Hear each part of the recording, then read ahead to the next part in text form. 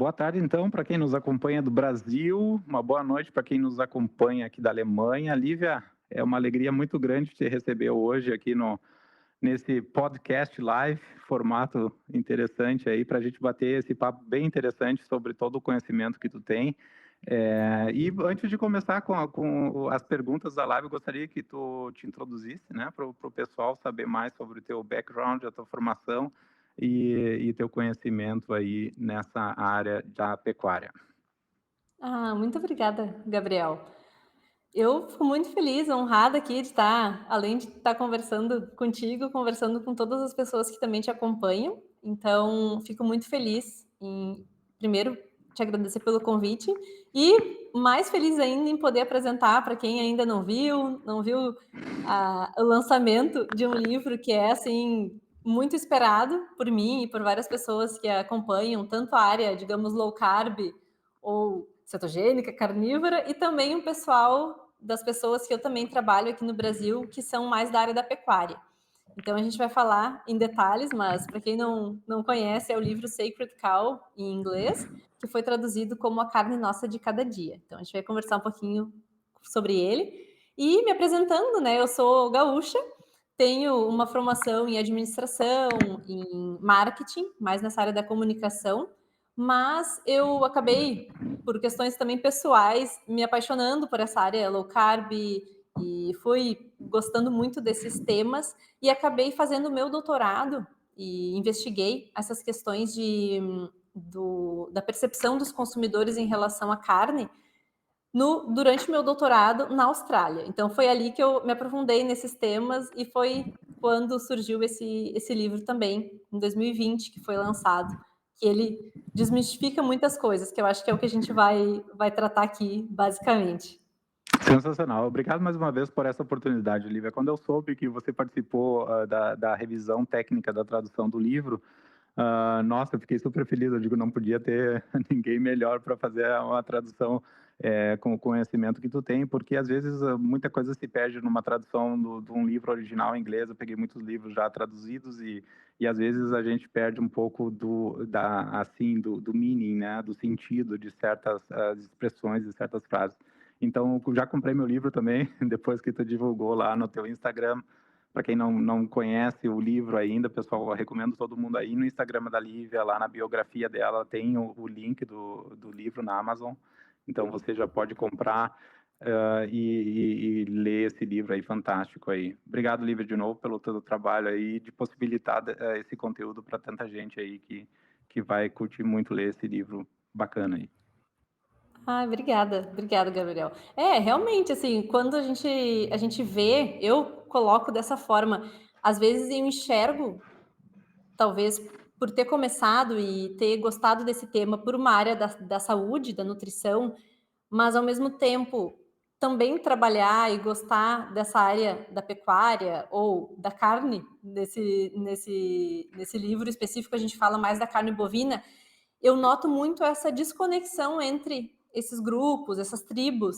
Então, unir isso, fazer essa ponte, é algo assim que é hoje, basicamente, também o meu trabalho no Brasil, é algo muito gratificante, porque a gente vê, às vezes, pessoas que estão muito preocupadas com a saúde, achando que algumas inverdades, alguns mitos sobre a pecuária são verdade, então acabam diminuindo ou resistindo a alguns tipos de produtos de origem animal, não só a carne, como outros, manteiga, ovos, enfim, a gente sabe o quanto isso, né, às vezes é vilanizado.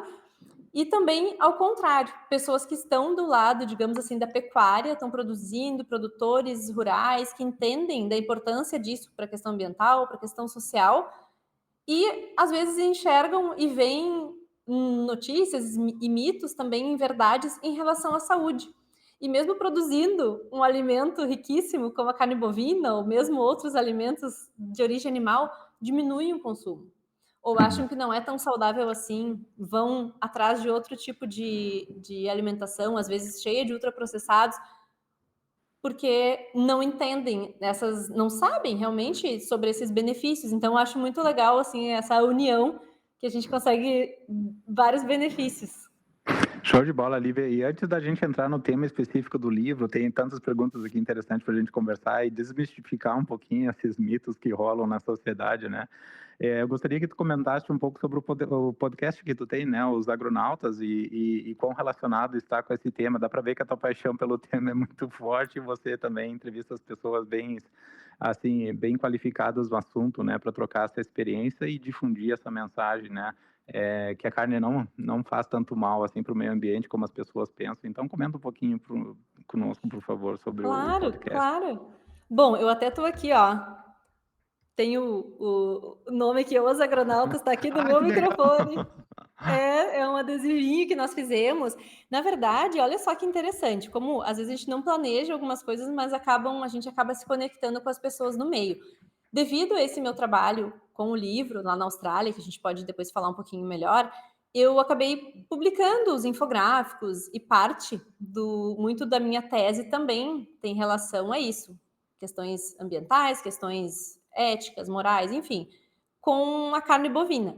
Então eu fui publicando isso e mesmo assim, não usava Instagram, não usava rede social assim basicamente para nada, a não ser acompanhar algumas pessoas. E uma das coisas que surgiram foram contatos com pessoas, por exemplo, assistindo lives, sabendo de pessoas que já trabalhavam com esse assunto no Brasil, ou acompanhando médicos veterinários ou tecnistas, pessoas que são da área. Então foram coisas que eu fui gostando de acompanhar mais. E numa dessas, esse projeto que já existia, na verdade, antes mesmo de eu vir aqui para o Brasil, eles já tinham esse projeto. É um grupo, então, de amigos, de pessoas que estão ligadas à pecuária. Basicamente, a maioria médicos veterinários, tem engenharia agrônoma, mas assim, eles são veterinários, basicamente pessoas apaixonadas pela pecuária que queriam montar e pensaram nesse projeto como desmistificar e como falar com o público sobre o tema. É assim, todos os temas, digamos, um pouco mais técnicos, mas a forma como é falado no podcast, ela é uma forma mais descontraída, no formato também de entrevistas, tem vários episódios já que a gente tem entrevistas com pessoas de áreas técnicas também, e no caso até médicos, atletas, né? O Alessandro já foi até um convidado nosso, outro atleta, e a gente aborda esses temas de uma forma mais leve, descontraída, e traz esses temas para o mundo, tanto rural quanto urbano. A gente tenta, talvez, abranger assim, as pessoas. E eu fui convidada, então, para trabalhar com eles na parte de marketing. Não foi assim como host, nem nada. Então, a gente trabalhou um tempo na parte do marketing, continuo atuando nessa área, mas depois de um tempo eles me convidaram para participar como integrante mesmo do grupo, que para mim é assim algo impressionante, porque eles são, nossa, pessoas assim profissionais super respeitados na área, e é uma alegria mesmo contar assim com esse grupo.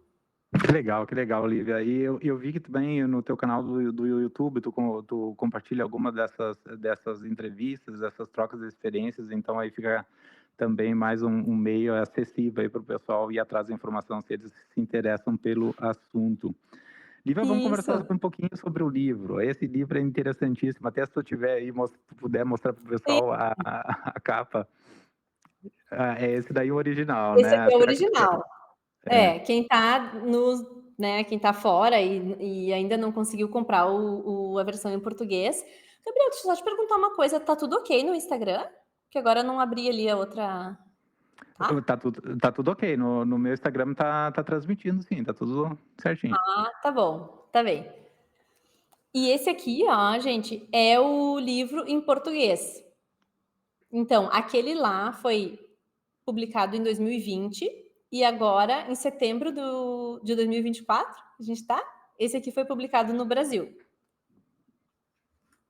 E assim, esse livro, como a gente estava até comentando antes aqui de começar a gravar, ele surgiu assim de uma forma muito propícia para mim, principalmente, porque eu estava pesquisando essas questões na Austrália com os australianos, pesquisando questões de percepção dos consumidores, de como eles enxergavam a carne, percebiam vários tipos de carne, não só a bovina, inclusive, e também outros tipos de produto, como produtos à base de plantas, né, proteínas vegetais, a gente fala assim, carne vegetal e carne de laboratório, então também entrou na minha pesquisa, na minha tese. A gente foi pesquisando tanto qualitativamente, com entrevistas mesmo com as pessoas, quanto quantitativamente, mais de 1.000 entrevistados. Oi. Lívia, desculpa te interromper, eu só conferi no Instagram, aqui no meu tá transmitindo, mas no Não teu tá? acho que não tá live ainda. Se tu puder selecionar aquela Ai, opção lá, desculpa. transmitir ao Espera vivo, aí.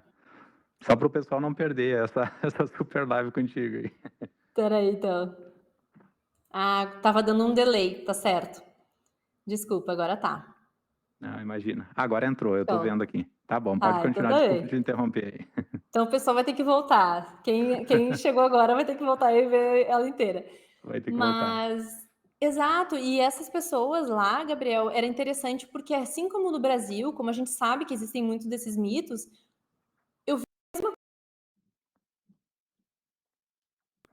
a Austrália também é uma carne bovina, exportadora, então tem todas essas questões que são muito interessantes de pesquisar, que no caso eu estava lá fazendo a minha tese, e eu notava assim, nossa, como os mitos são comuns, questão nutricional, questão ambiental, e dentro da ambiental a gente tem vários mitos também, a questão sobre bem-estar animal, ou mais ética, a gente pode falar assim, de forma geral,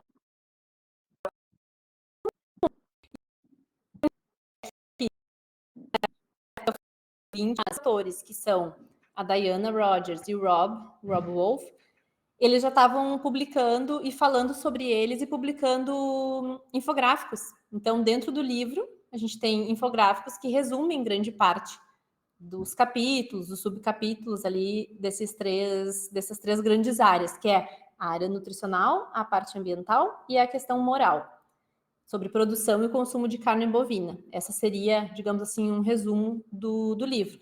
Então, isso me ajudou muito, porque ao mesmo tempo que eu estava lá conversando com eles e ouvindo aqueles mitos lá no dia a dia, estou reduzindo a carne porque eu acho que o boi polui muito. Então agora essa questão de saúde, né? A gordura saturada faz muito mal, tem que começar a comer frango, sabe? Ou começar a comer plant-based.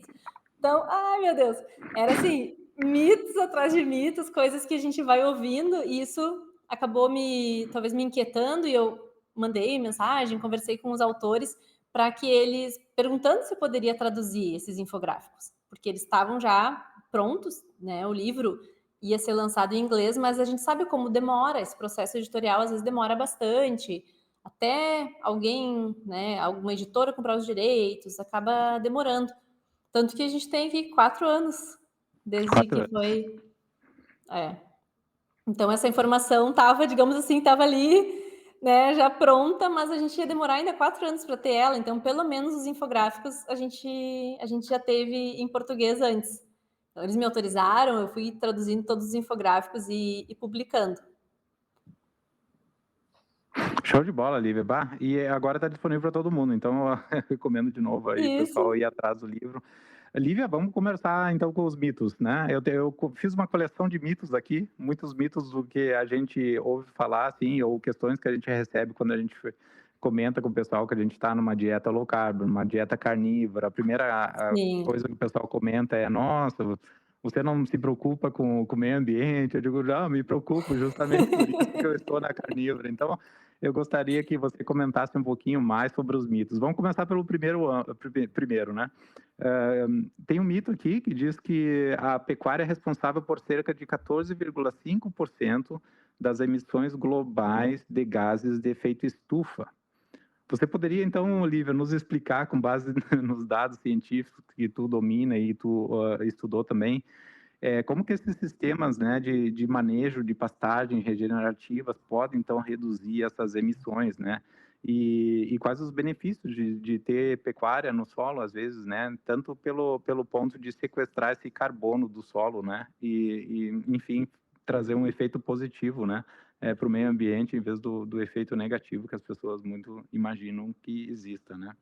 Claro, claro. Não, é sem dúvida, assim, uma das coisas principais, então, se a gente fosse só dar um passinho para trás e pensar em todos os mitos que já foram falados ao redor da questão ambiental, esse talvez seja o que está mais recorrente, que o pessoal está mais falando. Questões das emissões ligam ao efeito estufa, falam então do aquecimento global, colocam o gado como vilão, os ruminantes como vilões. E essa comparação com o transporte, que tu até comentou, esse 14,5 é bem emblemática. Porque que acontece? Quando a gente tem uma comparação, só para o pessoal entender, um infográfico ele mostra isso muito bem, que é legal, a gente pode depois compartilhar. A gente tem uma comparação, imaginem as emissões de um produto. Eu estou fazendo essa análise da carne bovina. Se eu faço uma análise que se chama análise do ciclo de vida, eu vou mais ou menos voltando assim do produto até a origem dele. Então eu vou lá do frigorífico, daí eu volto, toda a parte do animal, o crescimento dele, aqueles 2 anos que ele levou para se desenvolver, a ração que ele comeu, o maquinário, tudo aquilo, tudo que está envolvido, eu tenho que contabilizar nessas emissões, pego esse valor grande, digamos, e divido pelo valor lá do quilo da carne. Isso seria uma análise do ciclo de vida. É uma análise muito completa e muito complexa de fazer. Isso existe para a carne, por exemplo. Então, se faz essa análise para o setor da pecuária e a gente tem um valor global que é 14,5. Esse valor está estabelecido, a gente tem até no livro aqui todos os dados.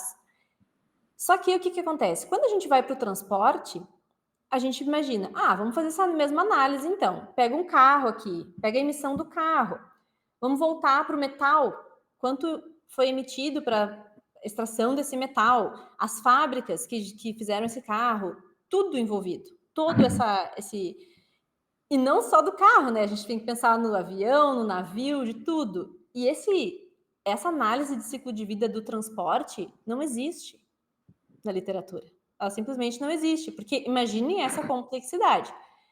O que acontece? A gente tem essa comparação entre 14,5 da pecuária no geral do mundo com uma emissão direta do transporte, que é 14%. O que quer dizer emissão direta? Emissão direta é assim, quando eu ligo o carro e a gasolina, o diesel é queimado, isso eu consigo medir facilmente. Então, pensem bem, esse tanto de comparação que existe é justamente a questão do ciclo de vida completo da pecuária com a emissão direta do transporte.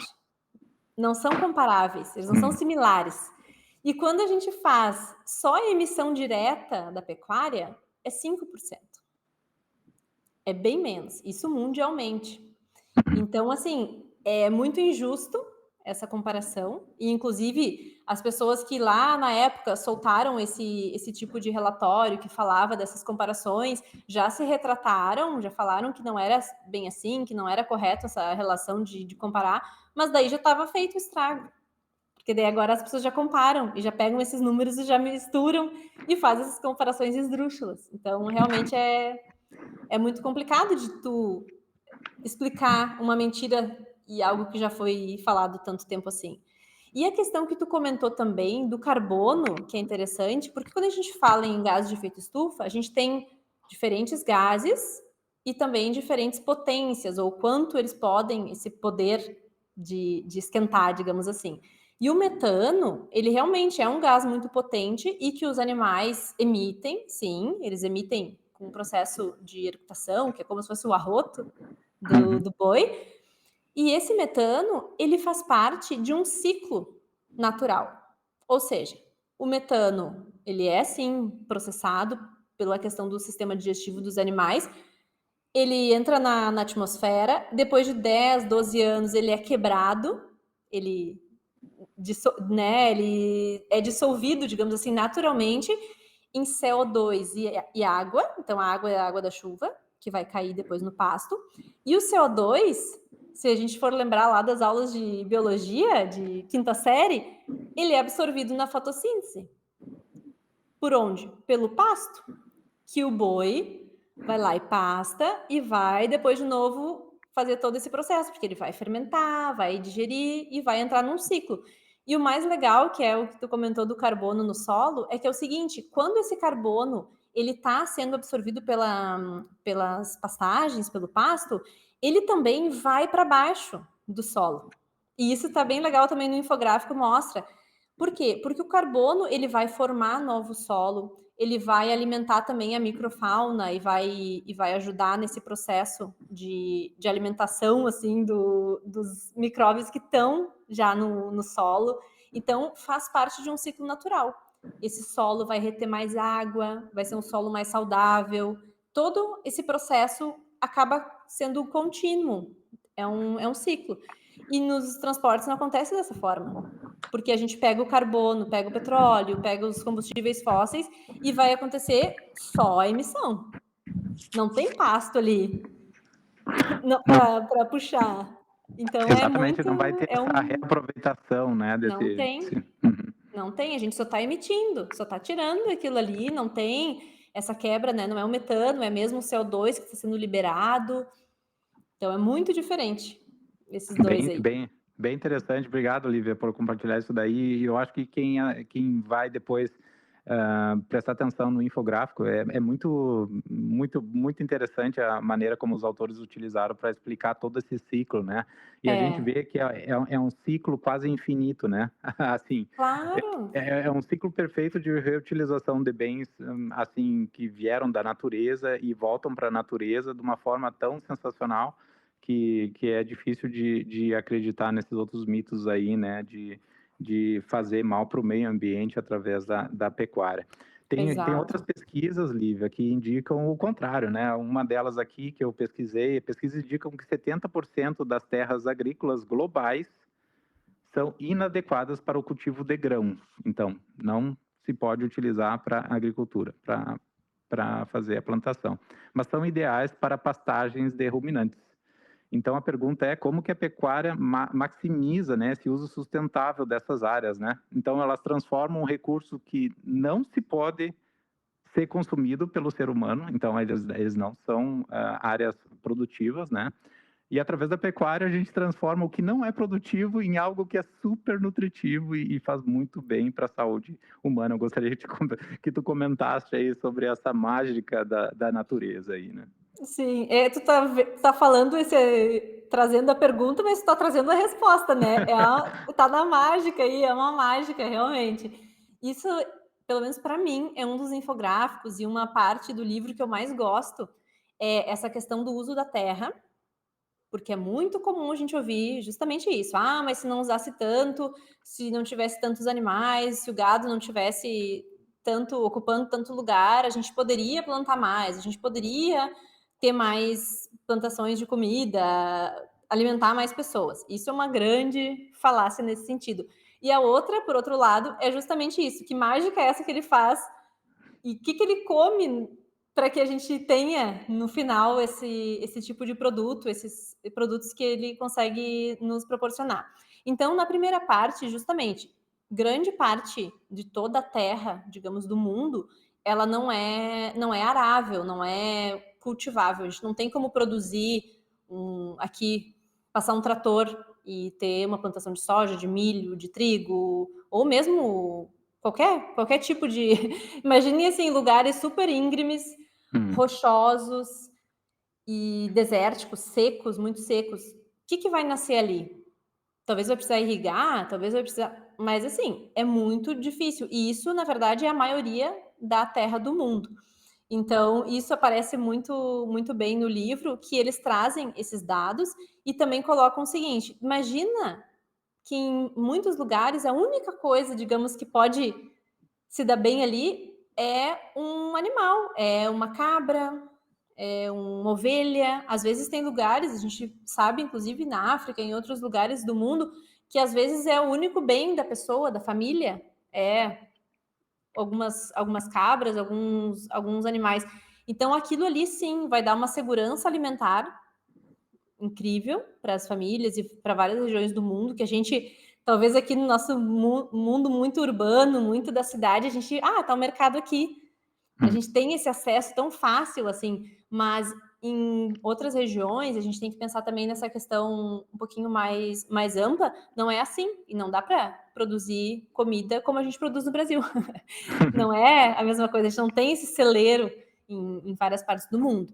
Então, isso é muito interessante. E, por um outro lado, esse sistema dos ruminantes, então, os bovinos, os caprinos e os ovinos, eles têm um sistema que permite eles comerem materiais ou pasto ou subproduto de outras lavouras, de outras culturas, e eles produzem através do sistema digestivo deles, conseguem produzir proteína e alimentos de altíssimo valor biológico. Então, a gente está falando, além das carnes, também dos leites, né? Os lácteos, no caso da vaca, da ovelha também, da cabra também, tem leite dos três.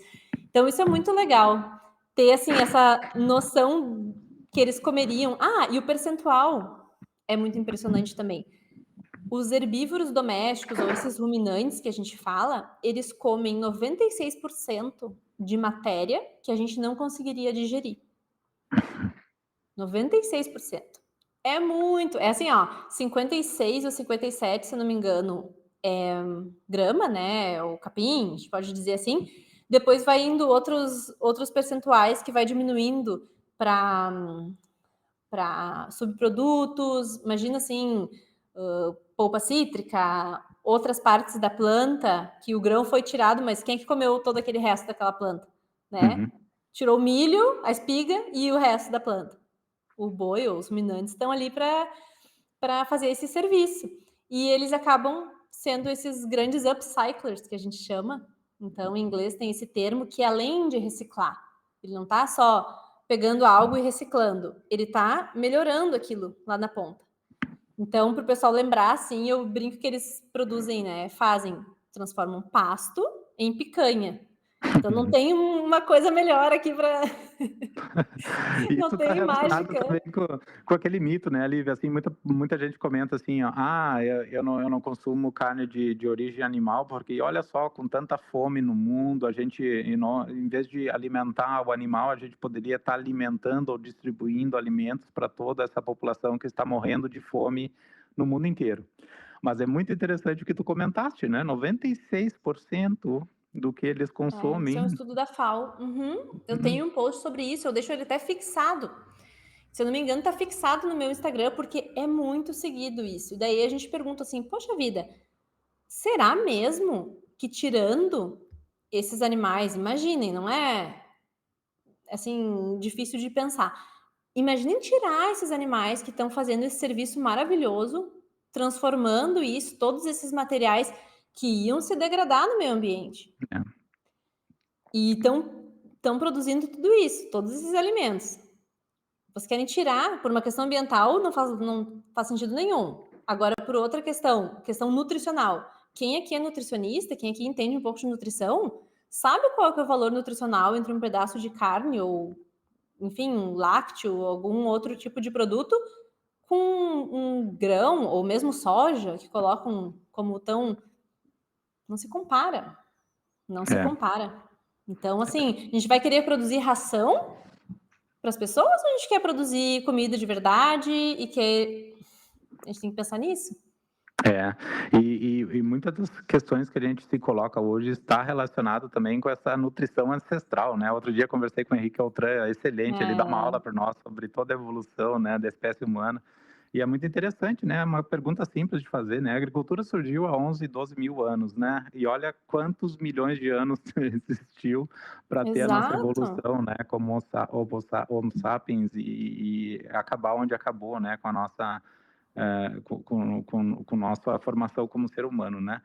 E isso, Lívia, eu gostaria que tu comentaste um pouco sobre justamente esse aspecto aí do transporte para a gente que utiliza outras estratégias. Por exemplo, o pessoal diz muito, não, a carne, olha só o mal que está fazendo para o meio ambiente. Mas aí a pergunta simples que eu me faço, a gente mora aqui na Alemanha, a gente tem acesso a alguns alimentos aqui de forma bem fáceis, mas existem muitos alimentos que são importados de várias regiões do mundo. Você morou na Austrália, você sabe que muitas coisas uma ilha, né?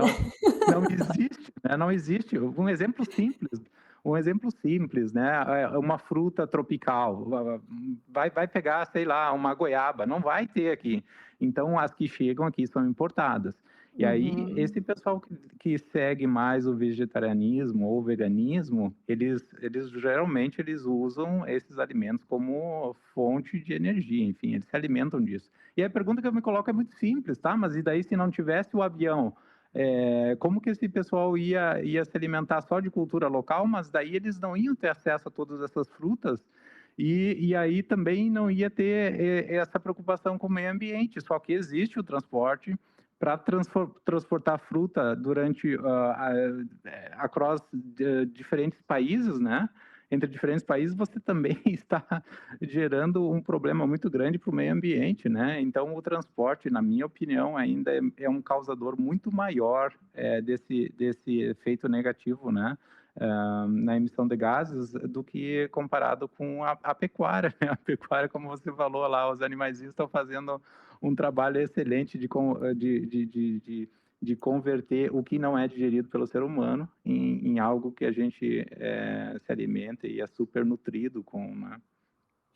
E uma coisa, Gabriel, enquanto tu falava, eu fiquei pensando, é claro que existe impacto em tudo, qualquer tipo de alimentação, não importa que, tu é carnívoro, tu é onívoro, tu é vegetariano, vegano, tu tá te alimentando, tu tá impactando de uma forma ou de outra. A questão é, tu tá entendendo o que realmente está por trás daquela tua alimentação? Vou te dar um exemplo simples da questão da soja. O nosso maior importador de soja hoje, do grão, é a China. Uhum. Os chineses estão comendo tanta soja assim? Ou tu acha que está indo para onde essa soja lá? Está indo para alimentar muita da soja, para alimentar os porcos e os frangos, porque eles não têm o país que a gente tem, eles não têm a pastagem que a gente tem no Brasil. Agora, quem está reclamando da soja exportada do Brasil para a China, está, de certa forma, reclamando do que eles têm lá para se alimentar, que é a forma que eles encontraram de população crescendo do jeito que está. A gente sabe como, né? Não é assim, não é. E eles querem comer carne. A partir do momento que eles começam a ter uma ascensão econômica e começam a ter dinheiro no bolso, eles não querem mais comer as outras coisas que eles comiam. Eles querem comer um pouquinho mais de frango, um pouquinho mais de porco, que é muito cultural também. Como a gente estava na Austrália, a gente vê bastante essa questão cultural. Bem pouca carne bovina. A carne bovina deles é muito dentro de coisas processadas, sabe? Sei lá, não um hambúrguer, não chega nem a ser um hambúrguer, é o recheio de uma coxinha, de um pastel, é isso, de carne bovina. Não é assim, um bife, uma coisa como a gente tem aqui, essa abundância que a gente tem, que bom.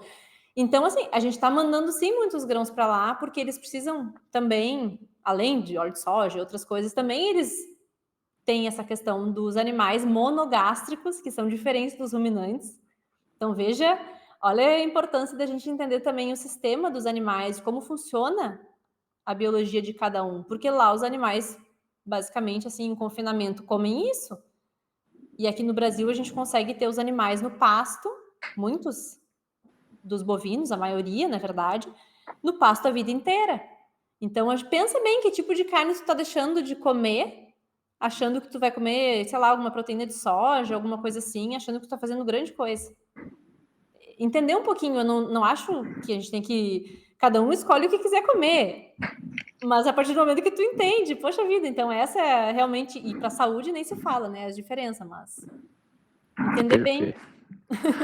Perfeito. Hoje eu vi um post do Henrique que me chamou a atenção quando a gente para pensar, né, sobre os benefícios nutritivos, né, de seguir uma dieta mais low carb, cetogênica, carnívora, né? Tu bem comentaste aí a quantidade de vitaminas que tem uma carne, B12 especialmente, a quantidade de proteínas, né? A gente sabe que tudo faz muito bem para o ser humano. Então o Henrique postou lá um post bem inteligente. Ele disse assim: eu fico aqui pensando a quantidade de carnívoros ou o pessoal que segue mais da linha cetogênica, né, que usa o animal como fonte primária de energia, a quantidade Uhum. de essas pessoas que viraram veganos após experimentar essa estratégia mais carnívora, comparado com a quantidade de veganos que viraram depois de Carnívoro. novo, carnívoros, né? Então, Ah, sim, é muito grande, é muito grande. O nível, eu não sei, ele botou algum percentual? Eu não cheguei a ver esse não, post. na verdade, ele postou um vídeo ele se perguntando, né? Na verdade, eu estava aqui perguntando a quantidade de carnívoros que se tornaram veganos, porque eu só vejo o contrário, né? Inclusive, a Ah, gente tem uma sim. amiga que era vegana e ela, na verdade, ela era carnívora, resolveu virar vegana, ela ficou por 1 ano e meio, 2 anos, e por razões de saúde ela voltou de novo a uma alimentação Uhum. mais carnívora, né? E a gente ouve tantos relatos de pessoas assim, né, Lívia, por motivos É. de saúde, né? Então, com certeza tem uma carência de vitamina aí quando se faz uma transição mais radical assim. Eu acredito que nesse caso até o jejum faria melhor para o corpo do que fazer uma alimentação assim lotada de carboidrato, mas enfim, isso daí é papo para outra ocasião. Eu gostaria que você É. comentasse um pouco sobre a experiência que tu tem de pessoas, né, indo mais nessa febre aí de ir mais para o lado do veganismo por razões éticas, né, que na verdade de éticas não se confirmam, né, pelos motivos que tu falaste aí bem claramente também no início da live. Claro, uma coisa eu até ia comentar contigo, e seguidamente, não é assim, não foi só com o Henrique, eu também, a gente já conversou sobre o livro, eu e ele, mas não foi só ele, foram outras pessoas que já me falaram a mesma coisa. Essa parte 3 do livro aqui, que é sobre a parte ética, a defesa ética para carne, ela é dividida em algumas partes, que é consumir animais é imoral. Por que a carne se tornou um tabu? Por que consumir animais se conseguimos sobreviver apenas com plantas? Aqui a gente já pode, né, entrar em vários subitens, mas assim, para a gente ter uma ideia o quanto é importante para a nossa evolução, eles trazem isso lá no início do livro, essa questão da carne ancestral, tudo isso que a gente já comentou aqui, mais uma questão nutricional, e vão trilhando, digamos, um caminho que lá no final, nessa parte ética, se sobrou alguma dúvida nas outras questões, já foram sanadas, já Uhum. foi explicado. E na parte ética, eles são muito respeitosos, eles não têm uma, eles não têm uma argumentação combativa. Não sei se tem assim essa percepção, Gabriel. O Henrique teve também, falei com outras pessoas que também tiveram. É uma forma cuidadosa, respeitosa de falar, justamente com essas pessoas que às vezes, por uma falta de informação, desconhecem os sistemas de plantio, os sistemas do próprio gado, de como a gente produz gado em diferentes lugares do mundo, da importância nutricional, que daí também elas já vão sendo referenciadas para o que já foi dito no livro. Então ele vai sendo assim muito, ele vai trazendo as pessoas de uma forma que no final é assim, pode entregar esse livro para uma pessoa que é vegetariana, para um vegano, e ele não, eu tenho, assim, te digo, eu acho que ele não vai se ofender lendo essa parte final. De maneira nenhuma. Eles são respeitosos, falam, ah, não, porque eles não entendem nada, porque é assim, é assado, aqui tá a verdade. Não, eles vão trazendo reflexões do tipo, por que a carne é um tabu? Uhum. Por que a carne ela está associada a poder, masculinidade, outras questões que às vezes a gente não percebe, mas tá. A gente vai entendendo isso. Ou por que a gente consegue se alimentar só de plantas e suplementos? Por que a gente precisa de carne ainda? Ou por que a gente não pode ser, então, vegetariano que come ovos? Ah, porque isso, porque aquilo. Então tem tanta explicação ali que é muito difícil a gente tentar aqui condensar e também para não dar spoiler, né, do livro. Mas é muito legal nesse sentido, quanto a gente consegue falar com as pessoas. Eu acho que esse talvez seria o caminho ideal de, é legal às vezes ter essa coisa da tribo, é contra os veganos, contra não sei o quê. Mas não leva a nada, não é muito produtivo no sentido que a gente quer realmente ajudar eles em relação à saúde, quer realmente que a gente tenha um planeta mais saudável, quer uma alimentação melhor, não só para mim, para minha família, mas para outras pessoas também. Se eles vêm com uma dúvida dessas ou com uma preocupação genuína dessas, a gente pode ter argumentos legais, a gente pode ter questões aqui para discutir, para conversar. Então, eu acho que nesse sentido, assim, é legal, às vezes também, essa coisa dessa, parece rivalidade, assim, mas que o livro talvez derrube, nesse sentido, muitas questões e a gente consiga abrir um diálogo bem interessante. Não, é interessante. Uma coisa que eu me pergunto bastante, claro que ninguém quer fazer nenhum mal a nenhuma espécie de animal, né? Isso vai totalmente contra os nossos valores, mas eu fico me perguntando se a gente tivesse hoje um substituto nutricional para carne ou para todos os bichinhos da espécie da terra, na verdade, a gente não precisaria, na verdade, né, se alimentar desses animais. Mas, na verdade, é que a gente conversa com nutricionistas, com médicos, e todos estão de acordo que não existe, nutricionalmente falando, nenhum outro alimento na face da Terra que proporciona tantos nutrientes quanto a carne. Tanto que a gente vai olhar também, né, assim, a mesma pergunta eu me faço sem os grãos, né? O que que aconteceria no mundo se a gente eliminasse os grãos de toda forma? Os problemas de saúde iriam aumentar, iriam diminuir, porque em certas regiões, dependendo do DNA de certas etnias. Então, existem muitas perguntas que a gente se faz para modo de reflexão, como tu bem comentaste. Sim, Não é sim. para comprar guerra, mas é só para imaginar diferentes cenários e tentar ter uma formação mais concisa, né, sobre o que a gente acredita, na verdade, né? Então, Claro. é um assunto bem polêmico. O que eu ouço falar de muitas pessoas é principalmente no aspecto de saúde. Muitas pessoas se sentem bem melhor se alimentando de fonte animal. Mas, enfim, a gente respeita também das outras pessoas que têm uma outra estratégia e também estão bem de saúde. E, na verdade, a gente é responsável por todas as decisões que a gente toma. E a gente É, tem que... autorresponsabilidade, exato. É, E uma coisa, Gabriel, enquanto tu falava, é justamente essa questão ancestral. Até vou pegar aqui, ó, para mostrar, para caso alguém queira ler. Ainda não, né? Infelizmente, desde 2010, quando foi publicado esse livro, ele não foi traduzido, né? Eu não entendo. Mas esse livro aqui do Rob, que foi o best-seller dele, que é a dieta paleolítica, justamente, né, a solução paleo, é assim, é trazendo o subtítulo, né, a dieta humana original. Isso é a dieta humana original.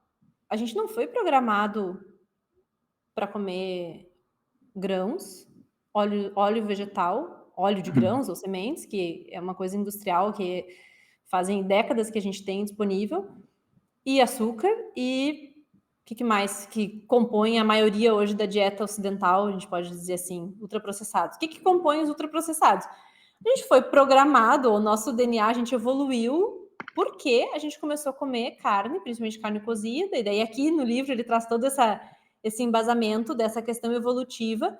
E claro, não quer dizer que a gente não foi se adaptando, que a gente não é hoje um onívoro de como chama mesmo? De ocasião? Não. Ah, e tem um termo, né? Que a gente é assim, porque a gente passou e encontrou tubérculos, a gente passou na primavera e tinha lá várias frutas pequenininhas, né? Frutas silvestres. Tudo bem, ótimo. é uma coisa Mas eu não tô na sazonal, né? Alemanha Dependendo... comendo manga o ano inteiro. Hoje, se tu quiser, talvez tu vai ter frutas tropicais, que nem tu bem disse, vindas importadas do mundo inteiro. Todo dia tu pode comer uma fruta diferente que não tinha na Alemanha, que nunca ia ter nesse clima, dependendo da tua cidade. Mesma coisa nós aqui. O que a gente teve e sempre terá acesso, se tudo der certo, aos alimentos de origem animal, minimamente processados. Não quer dizer que não pode existir um tipo de processamento, mas isso é muito legal ver essa questão evolutiva. Quando tu para e pensa e olha essa questão, não faz sentido nenhum tu mudar completamente e não, a partir de hoje eu vou ser vegano por achar que faz mais sentido evolutivamente, que agora eu sou evoluído, não preciso mais desse tipo de alimento e esse tipo de nutrientes, que sempre foram o que nos trouxeram até aqui, né? Muito, muito interessante o que tu comentaste também a respeito das plantas, né? Muitas pessoas se perguntam, as plantas sempre existiram no planeta terrestre e muitos milhões de anos atrás a gente também consumia muito planta. Estudos recentes mostram, né? Também o Henrique comentou isso na live que eu achei bem interessante. Certas plantas, elas na verdade, elas emitiam alguns componentes químicos para autoproteção, para se proteger dos predadores, né? Então, Sim. certas plantas, ok, foram programadas para eventualmente servir como nutrientes, né? Para o ser humano, para nossa espécie. mas muitas plantas não, né? Então, assim, tem esse aspecto bem interessante também de se pensar. Outro aspecto que tu comentaste sobre a sazonalidade, né? Então, nem É. sempre todo mundo tinha acesso a todas as frutas toda a época do ano, né? Uhum. E a caça sempre existiu toda a época do ano, né? Tanto que Claro. os predadores, quando eles ficavam 3, 4 dias de jejum, eles saíam caçar, porque enfim, eles sentiam que existia uma necessidade de se alimentar. E por Então, vezes com os sentidos mais aguçados, né? Tu pode falar bem dessa parte do jejum, com a visão mais aguçada, com a clareza mental que a gente fala tanto quando a gente está em estado de cetose. Então, assim, é lógico quando a gente começa a olhar por esse lado, ler sobre isso, entender sobre isso. Daí é tão ilógico quando as pessoas falam: ai, mas fruta é saudável. Ai, eu tomo suco de laranja de manhã, todo dia. E eu, não é, sabe? Mas é interessante mesmo a gente entender essas questões nutricionais, porque fazem todo sentido. existem umas coisas assim, umas situações na vida que a gente se pergunta, sério que está acontecendo isso? Eu posso compartilhar uma história bem engraçada que aconteceu comigo. Na verdade, devido à redução do peso, né? Eu emagreci cerca de 90 quilos, aí Meu teve muita pele que sobrou, né, Lívia? E eu resolvi fazer a cirurgia plástica, então a abdominoplastia, né, que é a cirurgia para remoção de uhum. pele. Então eu estava me recuperando, né, no quarto e compartilhei o quarto com um senhorzinho que então ele estava passando por algumas cirurgias de cardíacas e tal, fazia muito tempo que ele já estava no hospital e era Páscoa. E então o hospital trouxe no café da manhã um coelhinho da Páscoa de chocolate, né? Deu para todos os pacientes que estavam no hospital e uma bandeja cheia de frutas. Isso aqui no Lembrei da Brasil, aqui na não. Alemanha, aqui na Aí na Alemanha. Alemanha? Aqui na Olha Alemanha. E só. daí o mais engraçado foi que o senhorzinho olhou para a enfermeira e disse assim: Mas, moça, eu sou diabético. E ela disse: Sim, tudo bem. E ele: Ah, então quer dizer que o chocolate é diet, não tem açúcar e tal. Ela: Não, é um chocolate normal. E ele: Moça, a senhora não entendeu, eu sou diabético. E ela disse: Ah, mas a gente dá para todo mundo. Se o senhor não quiser, é responsabilidade sua, né? De não comer, não é minha responsabilidade. Então, eu achei interessante que, às vezes, a gente está sempre achando situações que são ilógicas, né? De comentar, o comentário que tu fez sobre as frutas cabe muito bem, né? A gente diz, não, eu tomo suco de fruta toda manhã, é super saudável, estou super bem. Ah, tudo bem, mas você deveria medir pelo menos uma vez na vida a sua variação de glicose quando você toma esse suco aí, porque muitas frutas fazem tão mal quanto você pegar uma colher de açúcar e açúcar puro e consumir aquele açúcar. Vai ter, de Sim, repente, sim. um pico de glicose menor consumindo açúcar do que um suco de fruta concentrado, né? Então, são É. essas informações assim que a gente tem acesso, graças a Deus, hoje em dia. A gente faz experimentos, a gente mede, a gente tem acesso a dispositivos, a gente tem acesso a livros e tal. Mas são coisas que eu acho que falta um pouquinho de reflexão, né, das É, pessoas, assim, e curiosidade também, né, de ir atrás da informação relevante, né. Existem claro. muitos mitos, né, Muitas, muitas nossa, coisas só que da a gente sabe. alimentação aqui a gente já pensa em vários, né. E eu tenho essa impressão, Gabriel, não sei se tu tem também, mas é que quando a gente estuda isso por um bom tempo e tá em contato com essas pessoas, a gente fica falando dentro da bolha, assim, dentro da nossa bolha. "Ah, por que isso? Por que aquilo?". E uma das analogias que eu gosto muito do livro do Souto é aquela do colar de pérolas, quando ele Uhum, fala: "Ah, o que que é glicose?", daí ele fala do amido, que o amido, imagina assim um colar de pérolas, né? Cada pérolazinha seria uma molécula de glicose. Ele não precisa ser doce para que o teu corpo entenda como um carboidrato, como algo problemático, digamos, nesse sentido. Então, quando tu fala assim, faz uma analogia, ou usa outros termos, ou sei lá, mesmo não usando dieta, usando alimentação como um termo, a pessoa já, tá, alimentação. Fala dieta, já dá uma, né, já dá uma retraída, assim. Então é bem legal, assim, o como a gente tem que, talvez, sair um pouco da nossa bolha, a gente fala, né, dentro da nutrição, ou mesmo o pessoal da pecuária sair também um pouquinho da bolha deles, falar um pouquinho mais claro e para outras pessoas, tentar ir um pouquinho além das pessoas que a gente normalmente conversa. é. Não, é justamente isso para mim, né, eu sou engenheiro, então para mim conversar sobre Sim. termos técnicos é muito simples, né, a gente usa termos técnicos e fica dentro daquela bolha, né, mas como é difícil explicar o que a gente faz para alguém que não é da área. Uma certa vez o meu sogro me chamou e disse assim: Gabriel, me explica o que tu fez na tese. Daí eu disse: olha, tu tem paciência, senta aí que eu vou te explicar. Deu 2 minutos, ele estava dormindo na minha frente. Nossa, eu super empolgado explicando, né, o que eu tinha feito e tal. Mas a gente Ah, tem essa dificuldade, né, Lívia? Então, bem como tu comentaste, como a gente está mais centrada nessa área, às vezes a gente tem dificuldade de fazer analogias e explicar de certas os conceitos tem, de uma forma mais simples, né, para quem não está ainda bem imerso nessa área e nessa linha de conhecimento, né? O Souto é claro. sensacional, o Rodrigo também, eles são sensacionais com analogias, né? E fica muito tangível, muito fácil de entender certos conceitos, né? Que parecem ser complicados, né? Na verdade, de uma maneira bem fácil É, e tangível para todo mundo entender. Uma dieta é além da verdade. moda, né? Se eu não me engano, é o título do livro do Isso, uma Souto, né? dieta. Tava aqui? Onde é que eu tava? Eu tava mexendo antes nele. Tava aqui, uma dieta além da moda.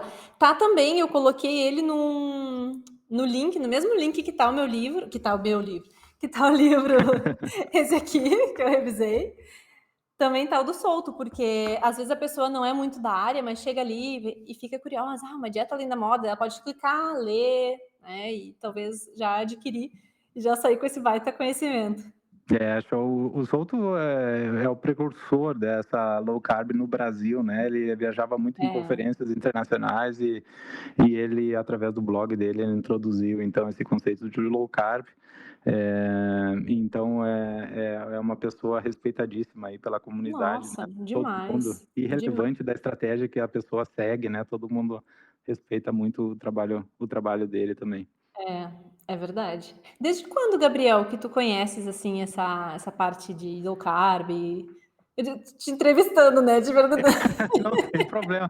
Não, na verdade, eu comecei a estudar sobre low carb faz uns 5, 6 anos, né? Porque, na verdade, eu fiz a cirurgia a bariátrica, né? No primeiro ano emagreci 70 quilos.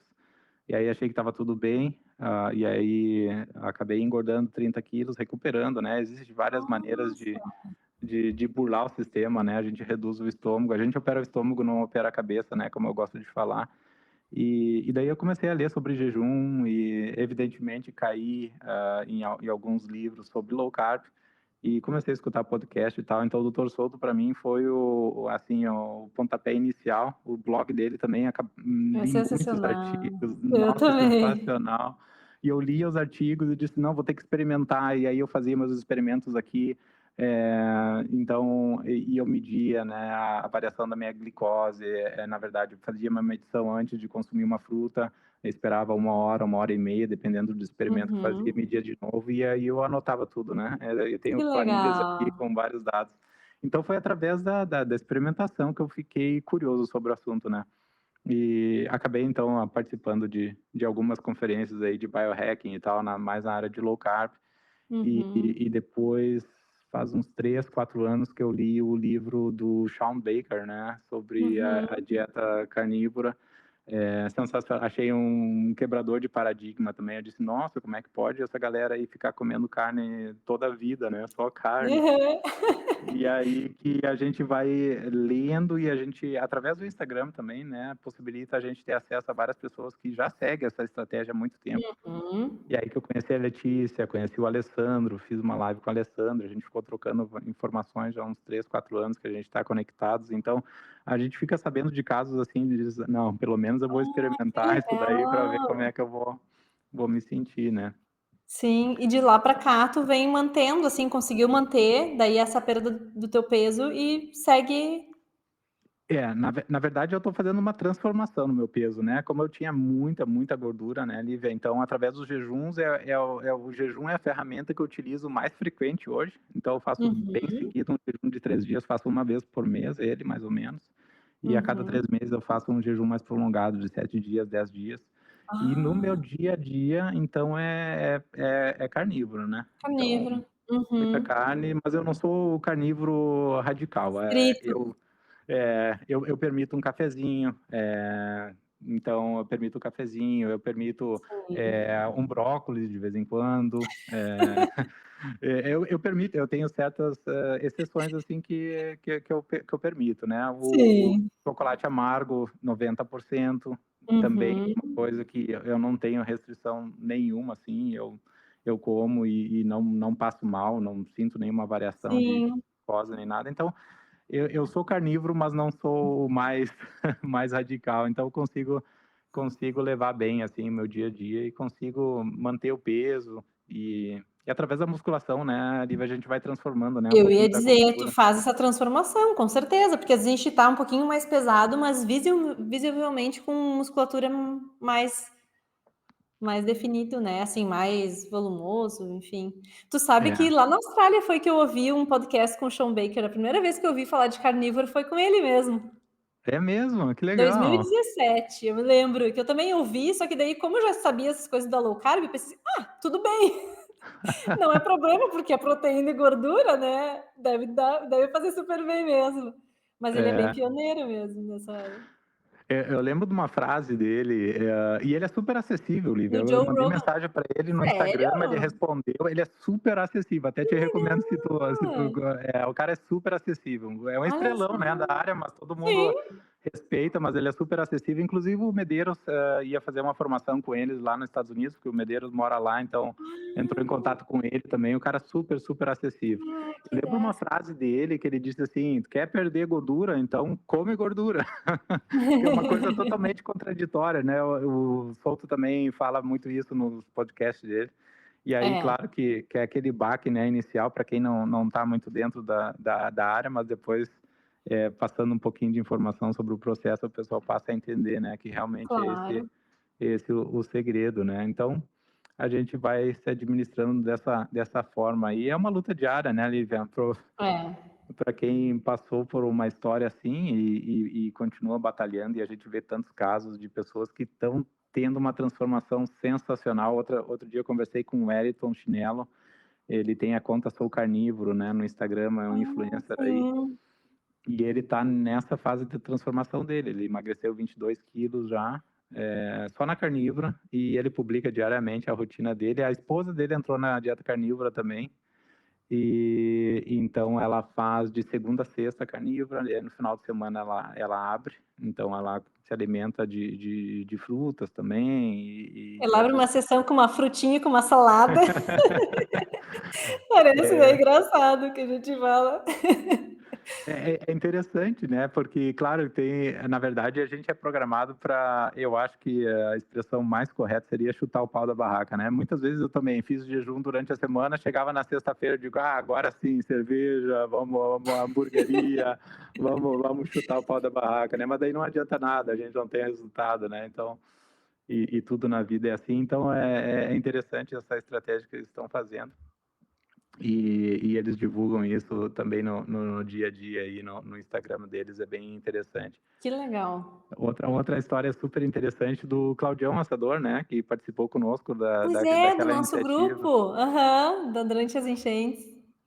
Com o Claudião conversei também outro dia, faz uns 2, 3 dias, a gente fez uma live também, ele está no processo, ele diz, Gabriel, eu não saio mais da carnívora, porque para mim a carnívora, ela me dá tudo o que eu preciso para controlar a minha ansiedade, para controlar esse apetite, né, que eu tenho de forma bem intensa, e eu disse, é isso aí, cara, continua aí, firme e forte, enquanto está funcionando para ti, a gente não, o time que está ganhando não se mexe, né?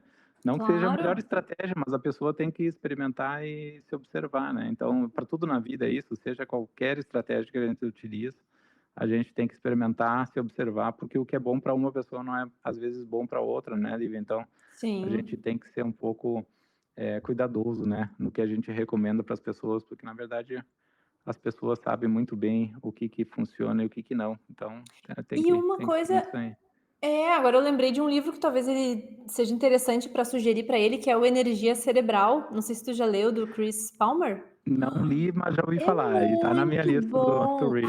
Ah, Esse aí é justamente isso, assim, como a gente vai, digamos, dar o melhor combustível para o nosso cérebro.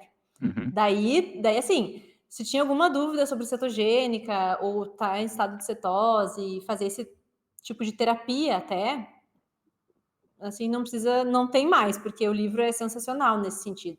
A gente uhum. entende bem o porquê e até essas questões também comportamentais, como é importante a gente ter uma alimentação bem alinhada para ter benefícios. Bem legal. Acho que vale a pena sugerir para ele. Show de bola, fica a dica aí, depois compartilha conosco o link. Compartilhe. Vamos deixar nos comentários. Hoje, na verdade, eu tô no grupo do Rebelião Saudável, né? E o pessoal é super nerd lá, né? O pessoal fica compartilhando todos os livros que leram e acharam bons e Sim, tal. Eu sim. fico anotando, né? E hoje eu fiz até uma publicação no meu Stories ali com a lista de livros, né? Que eu achei interessante.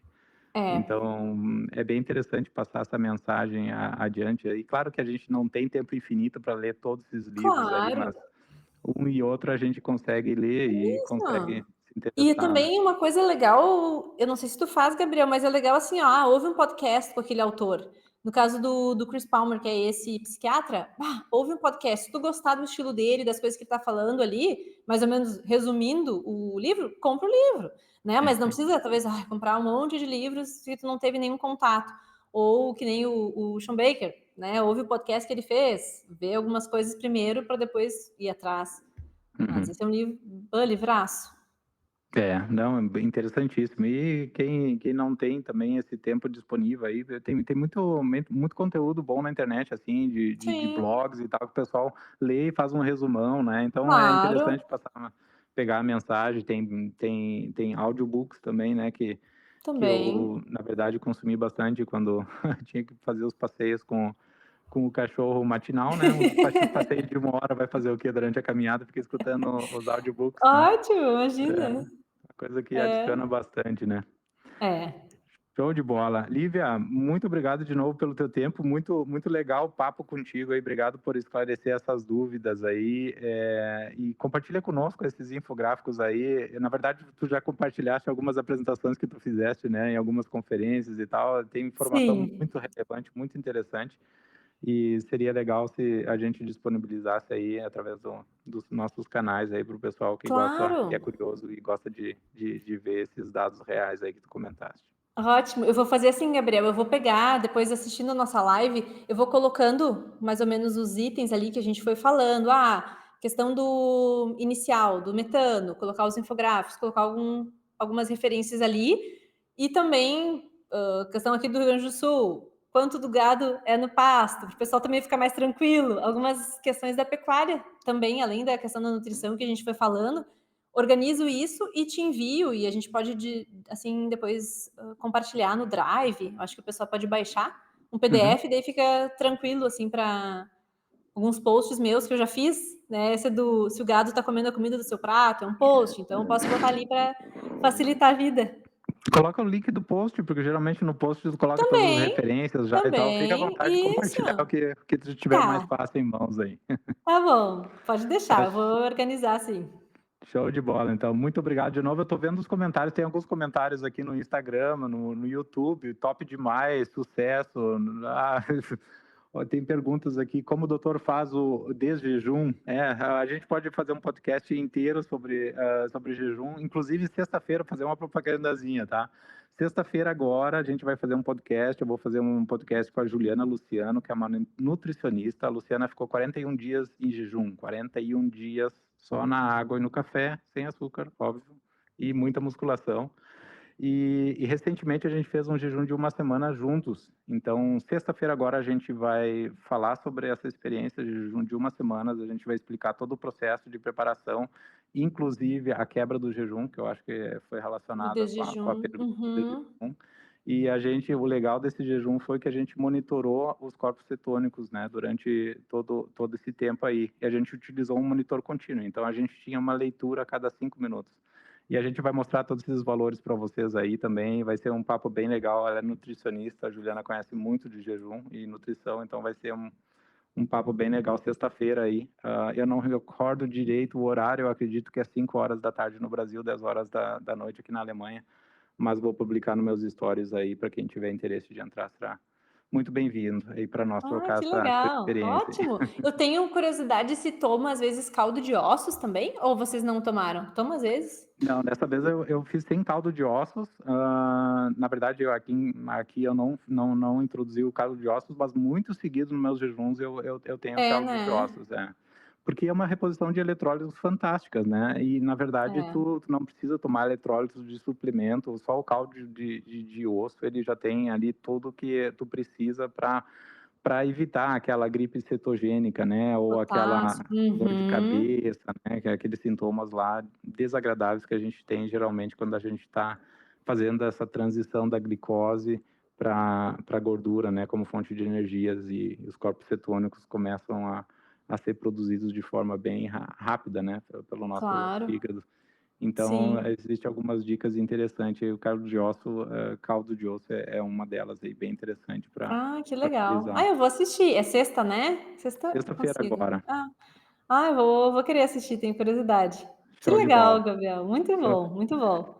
show de bola. Então, obrigado mais uma vez, Lívia, pelo teu tempo. Obrigado aí por esse Imagina. papo aí. Vamos conversar de novo no futuro aí e vamos passar essa boa mensagem adiante aí. Com certeza. Muito obrigada pelo espaço, te agradeço novamente. E se o pessoal tiver alguma dúvida, assim, mesmo quem te acompanha, que esteja na Europa, eu já sei que o livro é vendido também em Portugal, tem uma livraria que está conseguindo lá em Lisboa. O pessoal da Amazon também, da Espanha, consegue também buscar o livro. Então, assim, mesmo aí, a gente consegue ter o livro em português, se o pessoal quiser. Em português tem em inglês, claro, já há um bom tempo, mas eu fico à disposição. E qualquer dúvida, qualquer coisa que quiserem, podem me contatar aqui pelo Instagram, ou depois também pelo YouTube, se estiver salva no YouTube. Acho que a gente vai ainda falar bastante desse livro. E muito obrigada.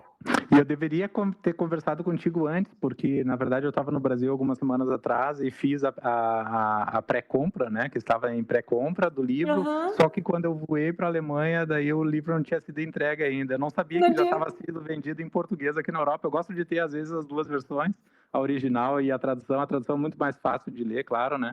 É. Mas assim, já estou curioso na próxima atravessada do Sangão, que eu gosto de falar, só atravessar o Sangão, chegar no Brasil, eu trago o livro da versão em português aí. Sim. Ai, que legal. Show de Não, bola. muito bom, muito bom. Obrigada, Gabriel. Obrigada, pessoal. Imagina, Lívia. Então, boa noite para vocês, bom final de dia aí, a gente volta a se falar. Obrigado para todo mundo que se conectou Obrigada. aí e fez os comentários também na live. Fiquem com Deus. Tchau, também. Tchau, tchau.